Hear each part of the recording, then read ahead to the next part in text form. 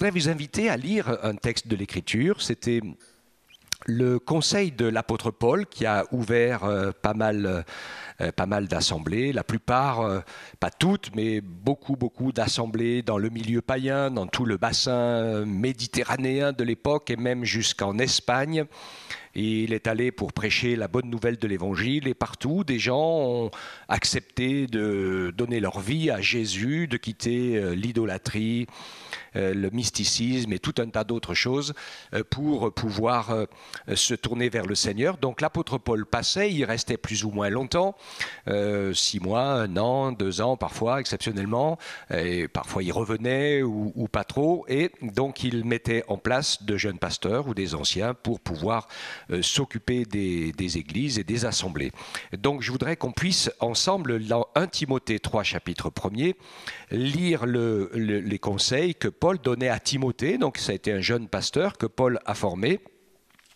Et pour pouvoir donc s'occuper des églises et de pouvoir les conduire, il lui a donné donc des conseils précis et simples qui sont une base importante sur laquelle je voudrais m'arrêter pour que nous puissions ensemble bien avoir en tête les critères de la parole de Dieu pour pouvoir le servir et marcher avec lui. Le premier critère, en fait, c'est de mettre en pratique cette parole, bien sûr, et de pouvoir vivre dans sa propre vie. Et ça, on peut le comprendre, hein. Pour pouvoir s'occuper des autres, c'est important d'avoir déjà réussi à s'occuper de soi, ce qui n'est pas forcément évident pour tout le monde, hein. Surtout, comme je le disais, dans le monde où on vit aujourd'hui, où il y a tellement de choses qui se font, qui se passent, ça va dans tous les coins à la fois et on se retrouve. Je pense que ceux qui sont dans l'enseignement ne me contrediront pas parce qu'on s'aperçoit qu'il y a beaucoup d'enfants qui sont assez déstructurés et qui sont quasi incapables parfois de garder un peu d'attention, plus de quelques minutes les unes derrière les autres. Personnellement, je sais que je me rends compte que ça devient semble-t-il de plus en plus difficile de pouvoir être à l'écoute du Seigneur pour pouvoir grandir et progresser, et que tout un tas de choses se passent pour brouiller les cartes, et la plupart du temps nous pouvons avoir le risque d'avoir une piété qui se contente d'une certaine superficialité et qui ne permet pas au Saint-Esprit de nous changer, de nous transformer et de nous faire entrer dans cette vie nouvelle que le Seigneur veut nous donner. Alors c'est vrai que le monde est en chute libre, c'est une réalité, mais c'est vrai aussi, et je pense que vous serez d'accord avec moi, que les critères de Dieu ne changent pas. Même si Dieu use de patience, et de patience encore, jusqu'à la fin, espérant que le plus grand nombre soit sauvé. Et donc, ça va devenir compliqué. Et on est en train de vivre en ce moment ce texte que je ne l'ai pas écrit ici, mais vous le connaissez, je pense, qui est écrit dans l'Apocalypse. Il parle que celui qui est souillé se souille encore. Donc, il y a une plongée dans le péché, loin de Dieu. Et que celui qui est saint se sanctifie encore. En fait, on va se retrouver de plus en plus dans un monde où on va être obligé de choisir son camp. Et parce que ça sera impossible, complètement impossible à tenir entre les deux. Grosse difficulté d'être à l'écoute. On parlait tout à l'heure des réseaux sociaux et plein d'autres choses, hein, mais sans cataloguer un truc parmi d'autres. Moi, le premier, je sais qu'on peut se laisser prendre par la suractivité. On peut partir et avoir une vie qui est remplie facilement de tout un tas de choses qu'on n'a même plus le temps de faire pour réussir à tout faire. Et donc il faut, et je pense que c'est normal, qu'on réfléchisse un petit peu et qu'on se rappelle que pour le Seigneur, le plus important, ce n'est pas tout ce qu'on fait, c'est ce que l'on est. Et les critères ici de choix, pour ce que la Bible appelle ici dans un mot qui n'est pas bien traduit, qui est le mot évêque. Alors, dans la grande religion, ça veut dire quelque chose d'un petit peu particulier, mais dans la Bible, ça ne veut pas dire la même chose. Dans la Bible, ce mot-là se traduirait plus précisément par surveillant, dans le grec, au sens de responsable. C'est-à-dire de personnes qui accomplissent un ministère particulier et qui président toute l'équipe qui accomplit ce ministère. OK ? Donc c'est nous, on appelle aujourd'hui finalement responsable de service. Assez facilement. Hein. Et puis après, nous verrons les conseils qui sont donnés au diacre, c'est-à-dire l'équipe tout entière qui accomplit ce service. Ou parfois plusieurs services, comme ça arrive dans l'église de Guéret. C'est vrai qu'on n'est pas très très nombreux, mais c'est super important ensemble de réaliser que le Seigneur nous invite à prendre une place. Je me rappelle, parce que je l'ai déjà dit dans la prédication, et Jean-Claude dans la prière l'autre jour, il a de nouveau eu cette vision de l'Église qui peut être comme une muraille, un rempart, mais dans lequel il y a plein de trous. Il manque des pierres, parce que certaines pierres sont tombées par terre ou ne sont pas à leur place, ou voudraient être ailleurs alors qu'elles sont dans la muraille. Et parfois, eh bien, nous, elles sont juste dans la maison, qui est à l'intérieur de la muraille. Mais il faut que nous sachions que pour Dieu, l'Église, c'est une muraille. Alors, je vais vous parler d'un film qui est assez barbare. Mais je ne sais pas si tout le monde l'a vu. Bon, ceux qui ne l'ont pas vu, ce n'est pas grave, ne cherchez pas à le voir non plus, parce que pour certains, c'est traumatisant. Quand on regardait avec les garçons certaines de ces choses à la maison, les garçons ils disaient « Maman, c'est pas pour toi ». Pas au sens que c'était pas... Bon, vous comprenez ce que je veux dire. Le Seigneur des Anneaux, ça vous parle? Est-ce qu'il y en a qui ont vu un peu? Bon, c'est un peu hard à suivre. Et je me rappelle, il y a quelques années de cela, à un moment donné, dans la présence du Seigneur, le Seigneur m'a montré quelque chose et j'ai vu la France, notre pays de France, avec des photos qui vont pas du tout avec. Les photos des Français et de la France, c'était les photos des camps de concentration de la fin de la guerre nazie. Là, c'est chaud. Hein. Je pense que vous avez vu des photos de la Shoah. Et donc, c'est impressionnant, évidemment, hein, parce que c'était l'horreur de l'horreur. Et le Saint-Esprit m'a dit dans mon cœur, c'est dans cet état-là que sont les gens spirituellement.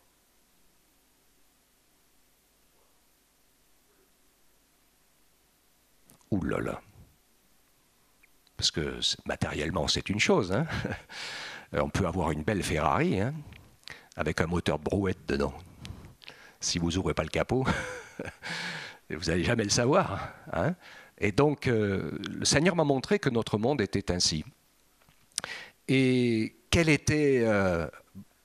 enfin, il y avait la pire des choses dans les camps de concentration, bien sûr, c'était que la vie de quiconque n'avait aucun prix et que n'importe qui pouvait être tué, exécuté, brûlé à n'importe quel moment. Ça n'avait... comment on appelle ça, les gardes-jourmes n'en avaient aucune importance. Et puis la deuxième chose qui était la pire de tout, et c'est de ça que je vais vous parler un petit peu ce matin, en fait c'était la faim. Vous comprenez pourquoi je vous ai dit tout à l'heure cela en introduction. Pénurie de nourriture, rien à manger. C'était impressionnant. Et parce que ça va loin dans cette pénurie de nourriture. Vous savez qu'il y a de très nombreuses personnes qui sont sorties vivantes des camps de concentration et qui sont morts dans les semaines et les mois après. Ils n'étaient plus sauvables, sauf un miracle de Dieu, mais ils avaient atteint dans leur corps un point de non-retour. C'est-à-dire qu'ils avaient tellement d'organes vitaux qui avaient passé le cap vital que de toute façon, même s'ils étaient encore vivants, pour quelques semaines ou quelques mois, leur condamnation était signée et ils sont rapidement morts après avoir été libérés. Certains l'ont été d'ailleurs en passant la grille. Rien que l'émotion surpuissante de pouvoir être libérés n'a pas été supportable pour leur pauvre corps en 1000 morceaux. Donc la nourriture. Donc vous comprenez que je vais faire le parallèle bien sûr avec l'image spirituelle, avec la nourriture spirituelle, la réalité du monde spirituel. Et si je vous ai parlé du film Le Seigneur des Anneaux, c'est pour que ceux qui l'ont vu, vous avez vu ce qui nous fait peur dans ce film, c'est cette submersion d'êtres ténébreux, violents, semant la mort partout, et étant en train de détruire la pauvre petite humanité existante qui fait ce qu'elle peut pour survivre. Alors que Tolkien, quand il a eu l'idée d'écrire ces livres, vous savez qu'il était normalement dans les tranchées de la guerre de 14. Donc, c'est un peu... On comprend un peu ce qu'il a vu, parce qu'il l'a vu en réalité. C'était bien sûr l'affreux de l'horreur que les hommes se livraient les uns contre les autres. La parole de Dieu nous dit que nous n'avons pas à lutter contre la chair et contre le sang, mais que nous avons à lutter contre les puissances, les dominations, les autorités dans les lieux célestes.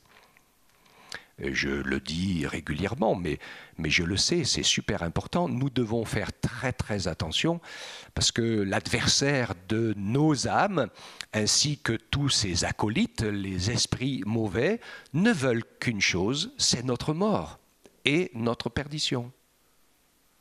D'accord ? Donc nous sommes en guerre spirituellement. Ok ? Et c'est très important d'en avoir conscience.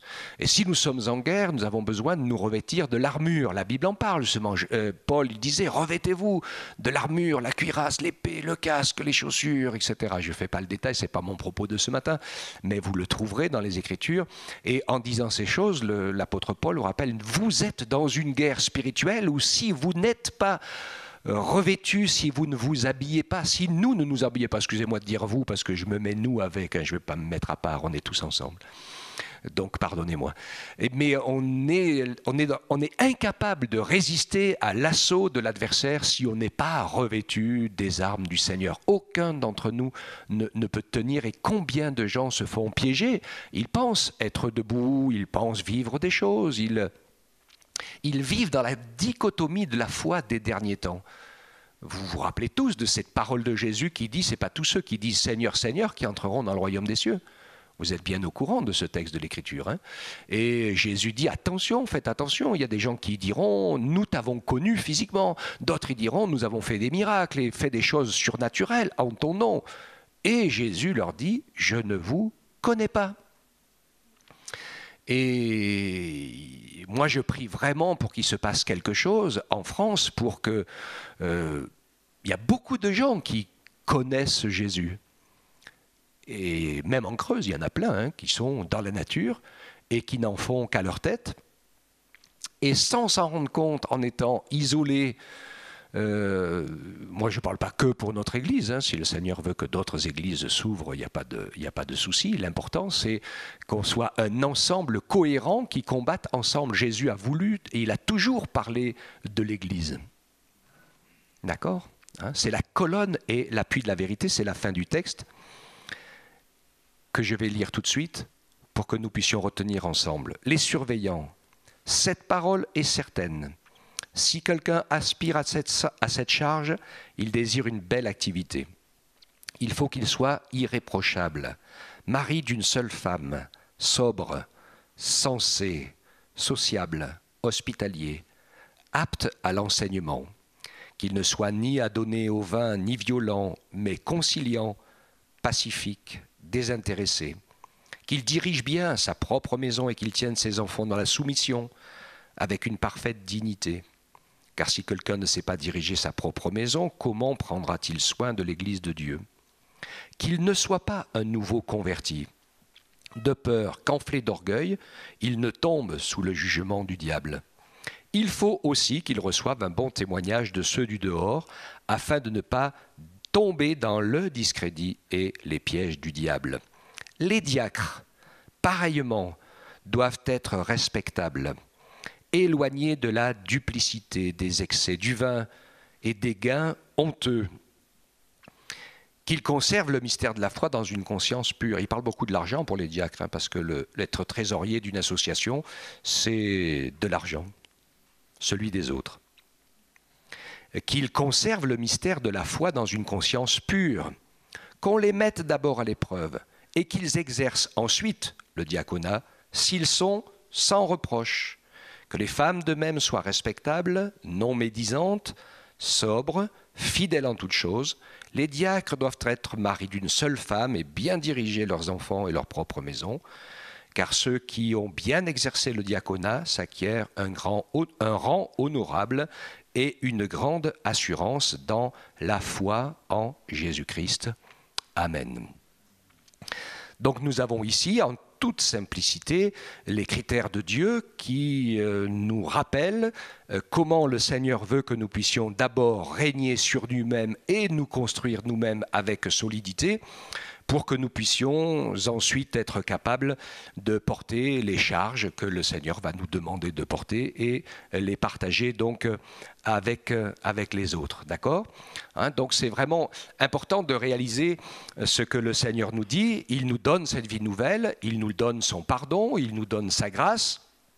Et il nous donne par son esprit les éléments pour nous fortifier et pour nous construire. Quand je parlais de la repentance, qui est une vraie repentance aux yeux du Seigneur, qui est la nécessité de pouvoir reconnaître que nous avions dirigé et construit notre vie de la mauvaise manière. Je dis que souvent dans l'enseignement, beaucoup on se trompe un peu sur la repentance parce qu'on se repent de nos péchés, on pleure sur les échecs, sur les mauvaises choses qu'on a faites, etc. Et comme je dis souvent, on soigne les boutons au lieu de soigner la varicelle. La vraie repentance, c'est de s'occuper de ce principe actif en nous de vie de pécheur qui a mené à toutes ces actions qui nous ont fait souffrir et qui ont fait souffrir les autres. Et donc la repentance, pour moi, c'est plus une décision de conformer sa vie à ce que le Seigneur Jésus nous demande avec son aide, et il va le faire avec son esprit. Parce que ça va nous emmener à l'humiliation, à la repentance, parce que je pense que chacun d'entre nous se rendra vite compte qu'on ne peut pas changer nous-mêmes par nos propres forces. Et quand le Seigneur nous demande quelque chose et qu'on n'arrive pas à le faire, eh bien c'est la bonne occasion de se tenir devant Dieu jusqu'à ce que par son esprit, nous le voyons nous aider à le faire. Amen. Et ça nous fait grandir dans la foi, parce qu'on peut prendre confiance au Seigneur qui ne va pas nous lâcher, et puis ça nous fait grandir dans l'humilité et la dépendance, parce qu'on sait que tout ce qui est acquis, c'est don de Dieu et grâce de Dieu, et que ce n'est jamais par nos propres forces que nous avons réussi, parce que quand nous avons essayé par nos propres forces, eh bien nous n'avons jamais réussi. D'accord ? Donc c'est super important. Alors, je voudrais qu'on puisse continuer ensemble à lire un autre texte de l'Écriture qui va préciser un petit peu plus ce que l'apôtre Paul donne ainsi dans les détails. Quand on lit 1 Corinthiens, chapitre 6, il va nous parler de manière précise de notre comportement moral. 1 Corinthiens 6, Paul écrivait aux Corinthiens parce qu'ils étaient là dans la foi et ce n'était pas facile, il y avait beaucoup de choses. Les Corinthiens vivaient sans moralité. À cette époque-là, quand on disait vivre comme un Corinthien, ça voulait tout dire. Alors, premier défaut, un frère qui met son frère au tribunal, devant les non-croyants. Pour nous, c'est déjà une défaite que d'avoir un procès entre nous. Pourquoi ne souffrez-vous pas plutôt quelques injustices ? Pourquoi ne vous laissez pas plutôt dépouiller ? Mais si vous pratiquez vous-même l'injustice et c'est vous qui dépouillez les autres et ce sont vos frères. Ne savez-vous pas que les injustes n'hériteront pas le royaume de Dieu ? Donc, premier élément, dans la justice, pensons à la justice des autres avant de passer à notre propre justice. C'est pas évident, mais c'est important. Ne vous y trompez pas, dit Paul, ni les débauchés. Alors écoutez bien ce qu'il explique parce que c'est très intéressant. Ni les débauchés, ni les idolâtres, ni les adultères, ni les dépravés, ni les homosexuels, ni les voleurs, ni les cupides, ni les ivrognes, ni les insulteurs, ni les accapareurs n'hériteront le royaume de Dieu. Il rajoute, et c'est là ce que vous étiez quelques-uns d'entre vous. Mais vous avez été lavés, vous avez été sanctifiés, vous avez été justifiés au nom du Seigneur Jésus-Christ et par l'Esprit de notre Dieu. Ce que je veux relever ici, en fait, parce que les gens lisent toujours les textes à l'envers, la parole de Dieu ne stigmatise pas les personnes. Mais quand on est dans une situation, le Seigneur est celui qui peut nous aider à avoir une transformation de notre situation. Il n'y a pas de péché plus grave que les autres. Toutes ces choses que nous pouvons vivre d'une manière ou d'une autre, on parle beaucoup de situation morale, mais je parlais tout à l'heure de quelque chose qui était important. Les idolâtres, alors il y en a qui le sont religieusement. Il faut faire attention au milieu de nous aussi. Je connais beaucoup de chrétiens qui dérapent et qui entrent dans le mysticisme, surtout ceux par exemple qui se laissent entraîner dans les doctrines de la démonologie. Alors il y a une certaine, c'est comme tout, hein, il y a certaines choses qui sont assez vraies là, mais toute réalité exagérée eh bien, devient une contre-vérité. Et moi, dans l'Écriture, je ne vois pas les gens passer leur temps à chasser les démons dans tous les coins, dans tous les sens, et dire que tous les péchés que l'on fait sont à cause des démons qu'on les fait. Moi, je vois que la Bible nous parle des œuvres de la chair. Et que si on en trouve une porte, évidemment que l'adversaire va s'y infiltrer directement pour nous entraîner dans la chute. Mais le responsable, c'est toujours nous, celui qui ouvrons et qui fermons la porte. Si on veut ouvrir la porte à Jésus, personne ne peut nous empêcher de venir à Jésus. J'aime toujours prendre l'exemple du démoniaque de Gadara. Je ne sais pas combien il en avait dans sa maison, mais c'était affreux la vie qu'il menait, tellement qu'il était habité par tout un tas de démons. Aucun d'entre eux n'a pu l'empêcher de venir se jeter aux pieds de Jésus pour lui demander d'être délivré. Parce que ça, à un moment donné, ça a été la décision de son cœur et ça a été son choix. Et parce qu'il a décidé et qu'il a fait le choix et qu'il est venu à Jésus, eh bien, le Seigneur Jésus l'a délivré. Amen. Hein? Donc c'est vraiment important. L'apôtre Paul donne une explication. Il dit tout m'est permis, mais tout n'est pas utile. Tout m'est permis, mais je ne me laisserai pas asservir par quoi que ce soit. Il faut savoir qu'un certain nombre d'actes pas bons, Dieu ne nous les interdit pas par autorité en disant ah, c'est pas bon, je veux ou je veux pas, parce que j'ai décidé que c'est pas bon. Il sait qu'un certain nombre de choses vont rapidement nous asservir. D'accord ? Et il parle de ce monde aujourd'hui qui glisse fortement en aimant les plaisirs plus que Dieu. Et il rappelle donc, pour nous asservir, je ne me laisserai pas asservir par quoi que ce soit. Les aliments sont pour le ventre pour les aliments, et Dieu détruira l'un comme l'autre, mais le corps n'est pas pour l'inconduite, il est pour le Seigneur, et le Seigneur pour le corps. Et Dieu qui a ressuscité le Seigneur nous ressuscitera aussi par sa puissance. Ne savez-vous pas que vos corps sont les membres de Christ ? Prendrai-je donc les membres de Christ pour en faire les membres d'une prostituée ? Certes non. Ne savez-vous pas que celui qui s'attache à la prostituée est un seul corps avec elle ? Car il est dit, les deux deviendront une seule chair. Mais celui qui s'attache au Seigneur est avec lui un seul esprit. Fuyez l'inconduite. Quelque autre péché qu'un homme commette, ce péché est extérieur au corps. Mais celui qui se livre à l'inconduite pêche contre son propre corps. Ne savez-vous pas ceci ? Votre corps est le temple du Saint-Esprit qui est en vous et que vous avez reçu de Dieu, et vous ne vous appartenez pas à vous-même, car vous avez été rachetés à un grand prix. Glorifiez donc Dieu dans votre corps et dans votre esprit qui appartient à Dieu. Amen. Vous avez vu que pour le surveillant, comme pour le responsable, comme pour le diacre, eh bien, il est nécessaire d'être le mari d'une seule femme. Je voudrais rappeler ici quelque chose qui est fondamental dans ce domaine-là. La première loi qui rentre dans la parole, avant toutes les lois, avant tout le monde, après la création, l'homme quittera son père et sa mère, s'attachera à sa femme, ils deviendront une seule chair, et il rajoutait que l'homme ne sépare pas ce que Dieu a joint. Union, fidélité. Ok ? Nous savons que nous, les disciples de Jésus, qui le suivons et qui marchons avec lui, nous sommes des gens de l'Alliance. L'Alliance. Ça veut dire que pour les chrétiens qui marchent avec le Seigneur, il ne doit absolument rien se passer en dehors des liens du mariage. La vie sentimentale, émotionnelle et sexuelle, eh bien, est quelque chose qui se vit dans le couple marié, puisque c'est l'alliance d'abord. D'accord ? Et ensuite, eh bien, une fois qu'on est entré dans l'alliance, le Seigneur nous permet de vivre les choses qui remplissent cette alliance. C'est exactement l'image. Et Jésus s'est toujours servi du couple pour parler de lui et de son Église. Et quand on se fait baptiser, on entre dans l'alliance de la fidélité à Dieu, qu'on n'en prendra pas d'autres. Et donc, parfois, il faut qu'on fasse attention qu'il n'y a pas des choses qui deviennent des idoles dans nos vies et qui prennent la place de Dieu. L'alcool, la drogue, le sexe, les dépendances, quelles qu'elles soient, et qui finalement accaparent notre vie, qui fait qu'on n'est plus tout à fait les maîtres de soi. Paul dit tout est permis, Mais attention, je ne me laisserai asservir par quoi que ce soit, parce que mon corps est le temple de l'Esprit Saint, et donc je ne vais pas me servir de mon corps pour faire des choses qui sont contraires au plan de Dieu et me mettre en danger. Mettre en danger.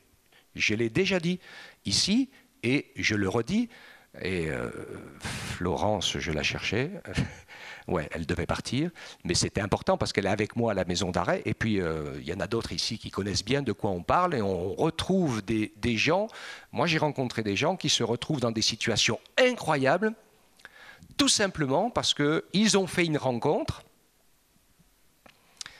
dans leur vie, ils ont vécu un bon moment de plaisir, je ne sais pas où, n'importe où, peu importe, on s'en fiche, mais ils ne sont pas repartis tout seuls. Parce que la personne avec laquelle ils ont fréquenté était quelqu'un qui était habité par les ténèbres, et là c'est un partage instantané. C'est une voie d'entrée sans barrière, puisque c'est l'alliance de corps à corps, et que les esprits mauvais entrent dans le corps dès qu'on ouvre les portes. Ok ? Alors bien sûr, hein, on ne dit rien, et c'est une catastrophe, parce qu'on sait que beaucoup de choses se passent comme ça. Pourquoi croyez-vous que l'adversaire, ainsi que ces esprits mauvais, agissent et insistent partout pour qu'il y ait une multitude d'abus sur les enfants, sur les jeunes, sur les adolescents? Parce qu'il veut ainsi casser toutes ces générations sexuellement pour pouvoir trouver des portes d'entrée préparées partout. Alors je ne dis pas qu'il y va partout, hein, bien sûr, mais je veux dire que pour lui c'est vraiment, comment je vais dire ça, l'arme fatale. Parce que personne ne peut l'empêcher d'entrer par cette porte-là. Alors que mentalement, psychologiquement, spirituellement, etc., quand on est clair et solide dans sa tête, même si on n'est pas chrétien, ils ne peuvent pas rentrer si on n'ouvre pas des portes particulières dans des liens de dépendance qui, la plupart du temps, sont liés à ce que je vous ai cité tout à l'heure. Ça marche aussi avec la pornographie, ça marche avec l'alcool, ça marche avec la drogue, ça marche avec plein de choses, où les gens se retrouvent avec des hallucinations et une dépendance incroyable. Ils ne sont plus les maîtres du tout d'eux-mêmes. Ok ? Précis là-dessus ? Donc, on voit cette partie-là, et l'apôtre Paul insiste beaucoup. Attention, il y a beaucoup de péchés qu'on peut faire. On peut mentir, voler, se tromper, se trahir, peut-être même s'envoyer au tribunal, j'espère que non, mais il y en a qui l'ont fait dans certaines églises. Parfois, c'est grave, mais c'est hors du corps. Mais celui qui pêche contre son propre corps prend le risque de souiller le temple du Saint-Esprit que nous sommes dans notre corps. Amen. Ensuite, il parle de la sobriété, ou de ne pas être adonné au vin, etc. Je vous ai parlé finalement de ces dépendances. Donc il est question ici, avec l'aide de Dieu, de la deuxième étape fondamentale de nos vies, de pouvoir construire une stabilité et un équilibre personnel qui a du sens.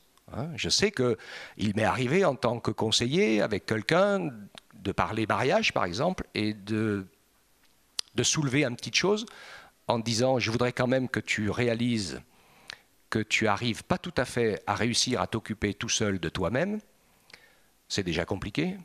Donc je ne sais pas comment tu vas faire pour t'occuper de quelqu'un d'autre à tes côtés, à moins que tu ne sais pas une épouse ou que tu cherches, mais une maman, évidemment, des fois c'est ça.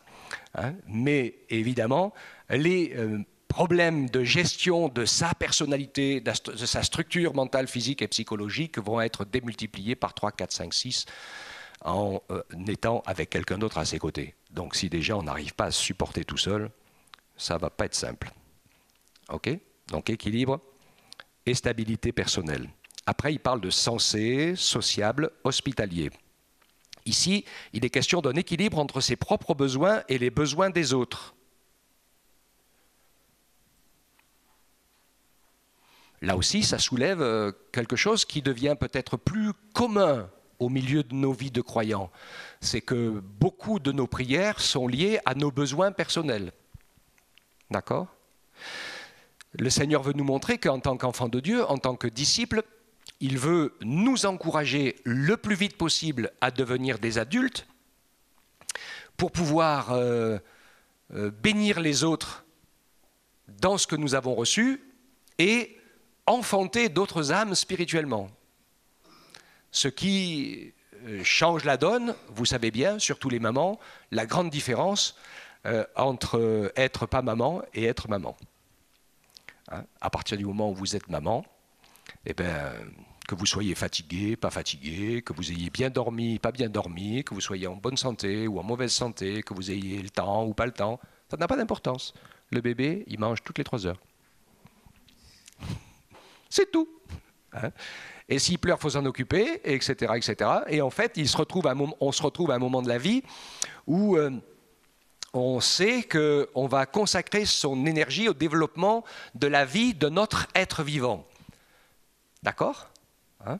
Et donc, il faut qu'on soit attentif. Moi, ça m'est arrivé de refuser des personnes en responsabilité, même très gentilles, très aimantes, mais qui me disaient « je vais trouver mon bien-être en allant prendre du temps pour servir les autres ».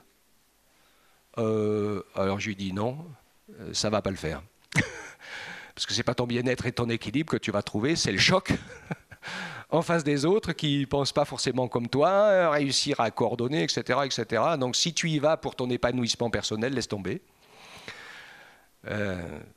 Si tu y vas, c'est demande à Dieu de t'accompagner. Et puis si tu appelles à y aller, eh bien, demande-lui de te donner les armes et de te fortifier pour que tu puisses y aller et que tu sois capable de faire face. Un peu comme le roi David. Hein, ça a été, je suis en train de relire sa vie en ce moment, c'est génial quand même. Ça a été un des plus grands rois d'Israël. J'ai écouté beaucoup de prédications sur la grande bataille incroyable entre David et Goliath. Moi, personnellement, j'ai toujours eu ma version à moi. Et ma version à moi, c'est que David n'a pas été un surhomme où il a eu une foi tout d'un coup extraordinairement extraordinaire pour pouvoir oser s'attaquer à un géant pareil. Quand vous regardez bien la vie de David, il n'avait absolument pas peur de lui. Il n'avait pas peur du géant. Et vous savez pourquoi il n'avait pas peur du géant ? Parce que quand il était enfant, tout seul, dans la nuit, et qui gardait les troupeaux de moutons de son père, qui étaient attaqués par des ours ou par des lions, eh bien, il a fallu qu'il se débrouille avec son bâton et sa houlette. Et je pense que là, il a eu certainement les trouilles de sa vie, que là, il a appris à compter sur Dieu dans son enfance et à prendre soin du troupeau de son père. Donc on lui demandait pas « Oh, t'as eu peur » ou ceci, cela. J'espère qu'il manque pas trop de brebis cette nuit. C'est ça ? Bon. Hein, et donc, dans cette situation, il a fait des expériences incroyables avec Dieu. Et finalement, il s'est dit que la meilleure arme qui était la plus efficace de toutes, c'était quand même la fronde. Parce qu'attaquer un ours ou un lion avec un bâton et une houlette, c'est moyen quand même. Mais avec une bonne fronde, et en étant capable de viser, il n'était pas le seul. Hein, dans les armées d'Israël, vous en aviez qui étaient des gauchers et qui étaient capables de viser à la fronde à un cheveu près. C'est pas gros un cheveu. Hein.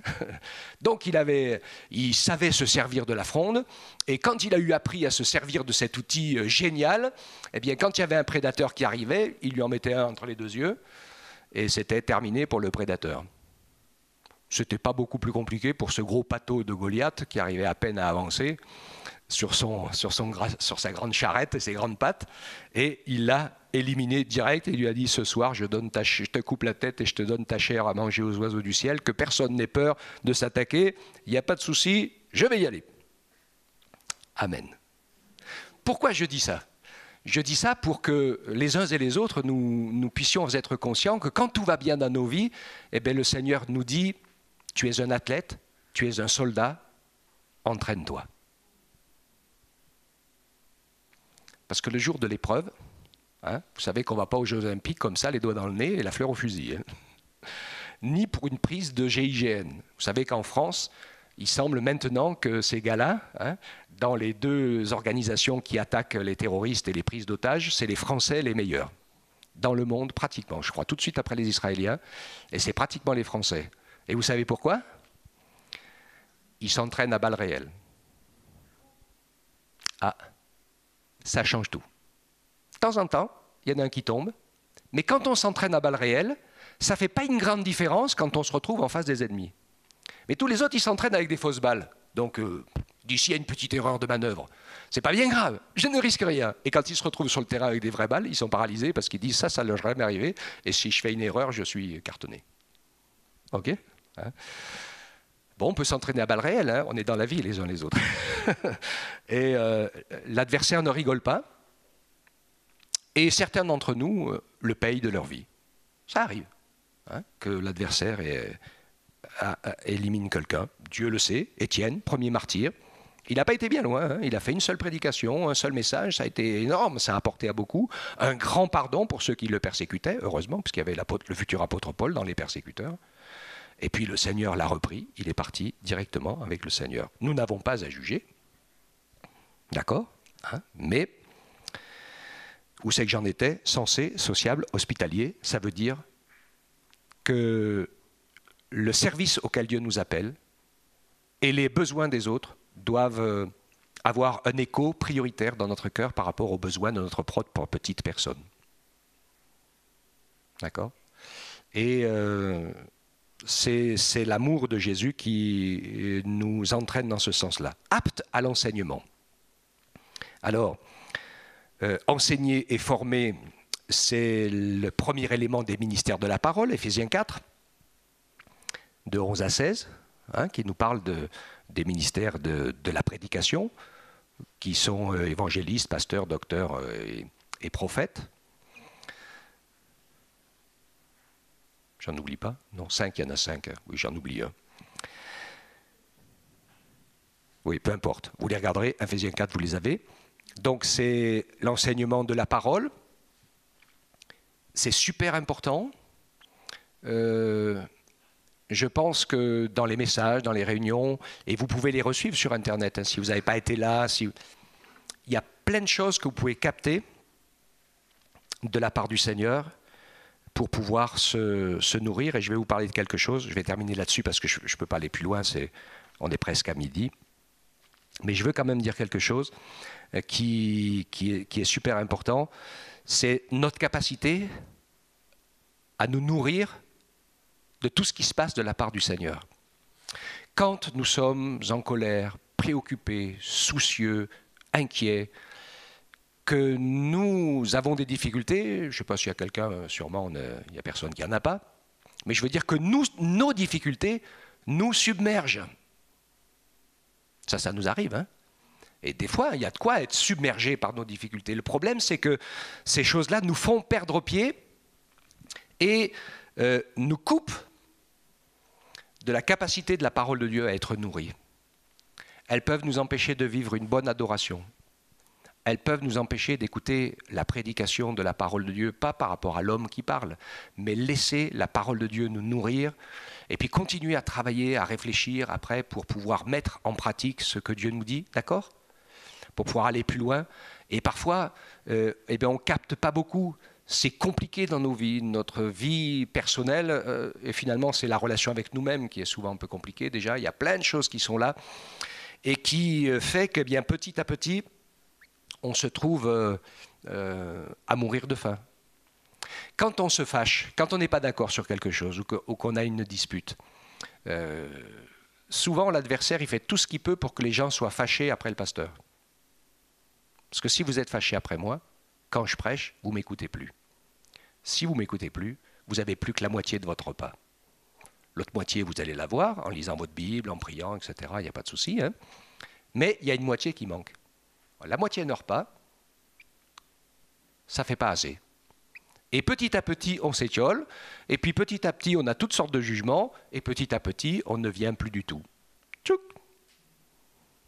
C'est ce que je dis quand je parle de l'Église qui est l'épouse qui se prépare. Et ça arrive la plupart du temps dans nos familles quand on a des enfants adolescents. Et il se passe un pet, et voilà, et à un moment où ça ne va pas, on patauge dans la choucroute, l'adversaire il est bien content, et puis nous, après 2, 3, 4 ans de galère, on finit par se dire que non, c'est pas bien, on n'aurait pas dû faire comme ça, ou alors on attend le changement du pasteur, etc. Et puis on se remet à peu près dans les clous, et puis hop, là, on a perdu tous nos gosses au passage. Nous, on revient, et eux, ils sont perdus. Combien de familles ont vécu ça ? Moi, je le dis, hein, dans tous les conseils, si vous n'emmenez pas vos enfants à l'église avec vous pour vivre la foi et pour vous engager avec le Seigneur, vous allez les perdre. Ils n'auront jamais vu l'exemple d'une foi pratique. C'est que de la théorie. OK ? Si on arrive à l'église ou même dans notre temps de prière, avec les soucis, avec le cœur fermé, avec toutes sortes de raisons qui sont là, alors rien ne rentre. On ressort de notre temps de prière ou de notre temps de lecture biblique ou notre temps de vie d'église, on ressort aussi sec qu'on y est rentré. C'est tout à fait possible. Hein. Vous pouvez nager dans l'eau en mourant de soif. Ouais. Vous pouvez nager dans l'eau et mourir de soif. D'ailleurs, il y a plein de gens qui se déshydratent à la plage. Il y a beaucoup de soleil. Hein. Ils nagent beaucoup, il faut attention de ne pas boire la tasse, il vaut mieux quand même, hein, parce qu'on ne sait jamais ce qu'il y a dans la tasse. Mais même dans une piscine, ouais. Mais ça se comprend, bien sûr, on ne va pas boire l'eau de la piscine non plus, hein, parce que si vous voulez un nettoyage nickel des boyaux et de tout le reste, il n'y a pas de souci. Ramonage.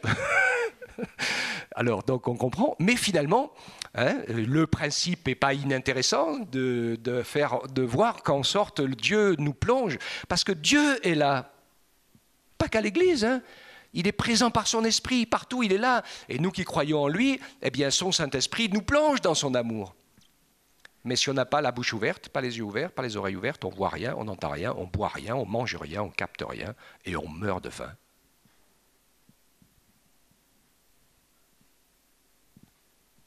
Je m'arrête là. Hein? Que Dieu nous bénisse, oui. Nous fortifie. Attends, je vais prier parce que c'est enregistré. On va prier le Seigneur, demander à Dieu sa grâce. Après, il éteint s'il y a une question. Seigneur, on te bénit, tu es fidèle. Aide-nous à être cohérents dans notre marche avec toi. Bénis-nous les uns et les autres et tous ceux qui vont écouter ce message pour que nous ne le prenions pas en nous fermant, en nous braquant, mais que nous te laissions nous parler les uns les autres pour grandir avec toi, pour devenir assez forts pour triompher des pièges tortueux de l'adversaire et pour réussir, Seigneur, à préparer ton Église vivante, fidèle et sainte pour quand tu vas venir la chercher. Que ton nom soit béni, ensemble nous te louons et nous te rendons grâce, Père éternel, au nom de Jésus. Amen.